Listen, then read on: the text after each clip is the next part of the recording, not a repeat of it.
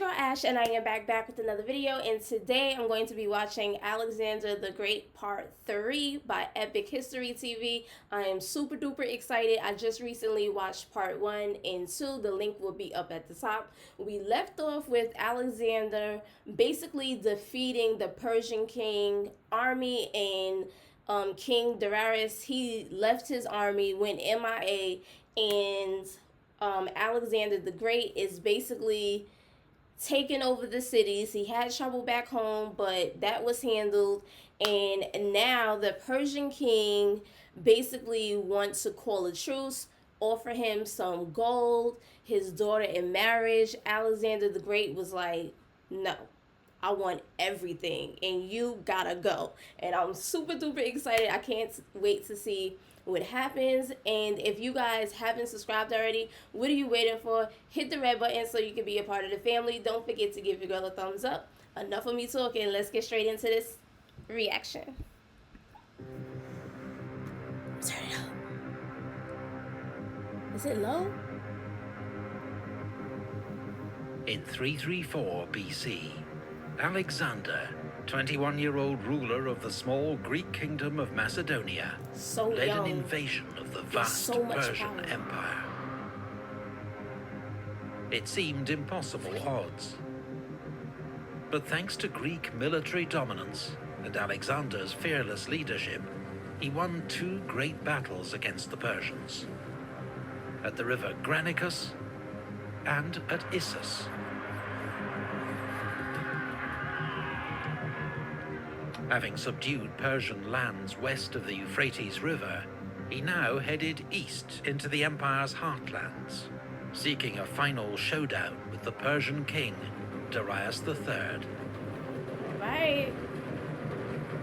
Receiving news that a great Persian army led by Darius had assembled at Gaugamela, near modern Mosul in Iraq, he made straight for it. This was Darius's last chance to stop Alexander, and Alexander's chance to smash Persian power once and for all.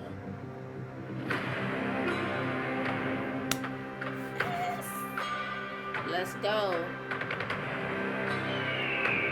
Darius had chosen to fight on open ground, where his advantage in numbers would be more telling. His soldiers had also worked hard to clear and flatten the terrain to make it suitable for Persian war chariots.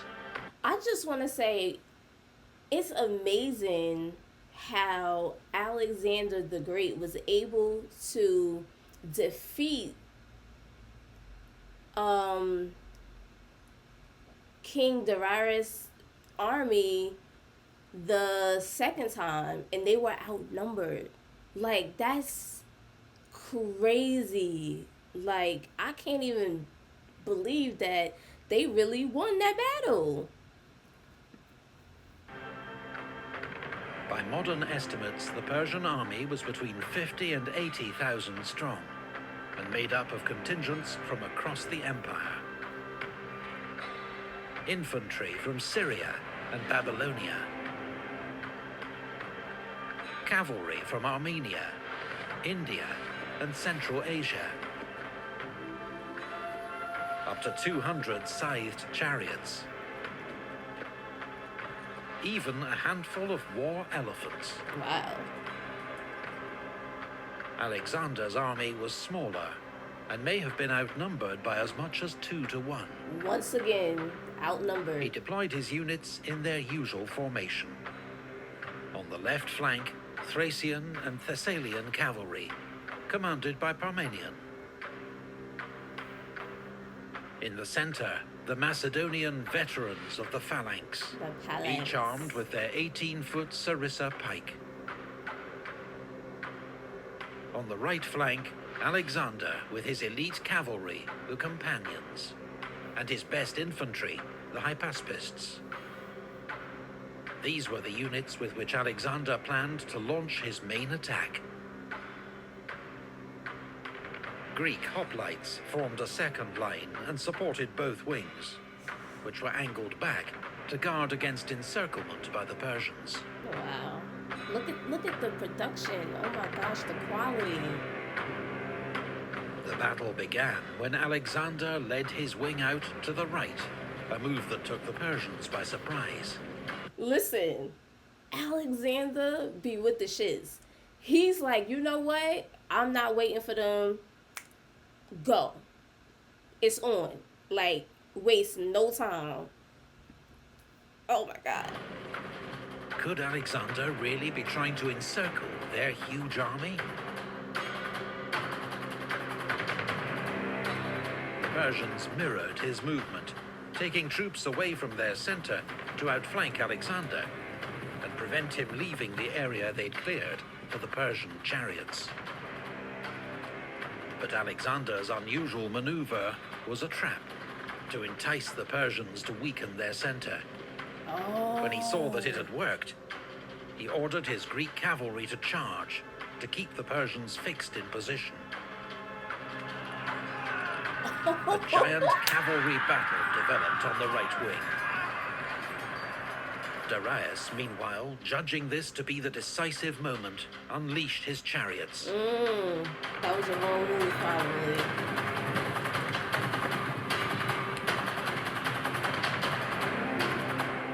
But expert Agrianes javelin throwers took out horses and crews, Wow.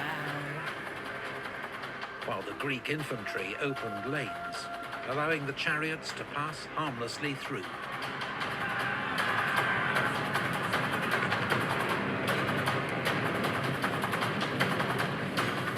Now Alexander led his companion cavalry and parts of the Macedonian phalanx in a headlong charge straight at the weakened Persian center, fighting his way towards Darius himself. That was so smart. The sudden ferocity of Alexander's assault threw the Persians into panic.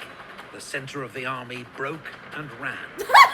King Darius himself leading the rout. What? Such cowards. But Alexander's left wing was in serious trouble. No. Parmenion, facing a huge onslaught by Persian cavalry, was virtually surrounded. Indian and Scythian horsemen had even ridden through a gap in the Greek line. Damn. But rather than wheeling and attacking the Greeks from behind, they'd carried straight on to loot their camp. Damn. Parmenion sent a desperate appeal to Alexander for help. Where's King Darius? The king abandoned his pursuit of Darius, regrouped, and charged the Persian right wing.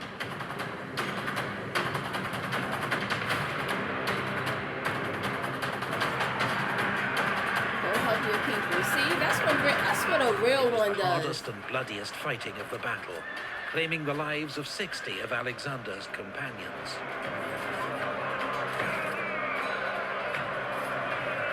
Finally, as news of Darius's flight spread across the battlefield, the last Persian horseman turned and fled. Wow. That's crazy. The Battle of Gaugamela was a stunning and complete victory for Alexander. According to ancient sources, he lost just a few hundred men, while the Persians lost thousands. Damn. Alexander had routed Darius's great army. And now the road to Babylon, the empire's main capital, lay open. The Macedonian king entered the great city in triumph, recognized by Persian officials as its new rightful ruler. Wow. So too at the city of Susa, where Alexander ceremonially took his seat upon the royal throne of Persia. In the Zagros Mountains, at a pass known as the Persian Gates, a courageous Persian force held up Alexander's army for a month. Oh, The Greeks eventually found a mountain path that bypassed their position, allowing them to encircle and wipe out the defenders.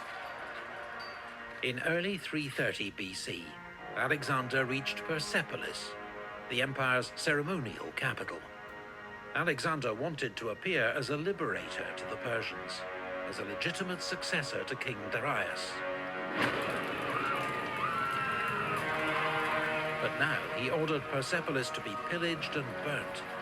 Damn. Retribution for the Persian invasion of Greece and the burning of Athens' sacred temples in 480 BC. Oh. Alexander now headed north into Media, where Darius had taken refuge in the royal city of Ecbatana. He coming for you, boy. Alexander was determined to capture Darius, but the fugitive king fled east in the hope Damn. of raising a new army in the provinces of Parthia, Bactria, and Sogdia. I'm sorry, guys, but this man is scared for his life. He don't want to die. He's a coward. He doesn't want to die, but he gotta go. It was not to be. As Alexander closed in, the Persian king was murdered by one of his own governors, Bessus, who then proclaimed himself the empire's new ruler. What? Alexander gave orders for Darius to be buried in the royal tombs of Persepolis, alongside his ancestors. Then he paused to organize his vast new empire. Alexander appointed viceroys to rule the provinces on his behalf, keeping several Persians who had sworn loyalty in their posts. Then he resumed his march east, his goal to find and kill the usurper Bessus, subjugate the empire's eastern provinces, and reach the far edge of the world. He's only what, like 22 here, I think? 22, 23 or something like that? Research and artwork for this video comes from Osprey Publishing's extensive range of books on ancient history. Every Osprey book examines a particular He's like battle, super duper campaign, young. or He's only combat like 22 or unit 23. in authoritative, meticulous detail. And with more than 3,000 titles, they cover everything from ancient warfare to modern conflict. Visit their website to see their online catalog. Alright. Sorry for the excitement and being excited, but I'm just enjoying this series.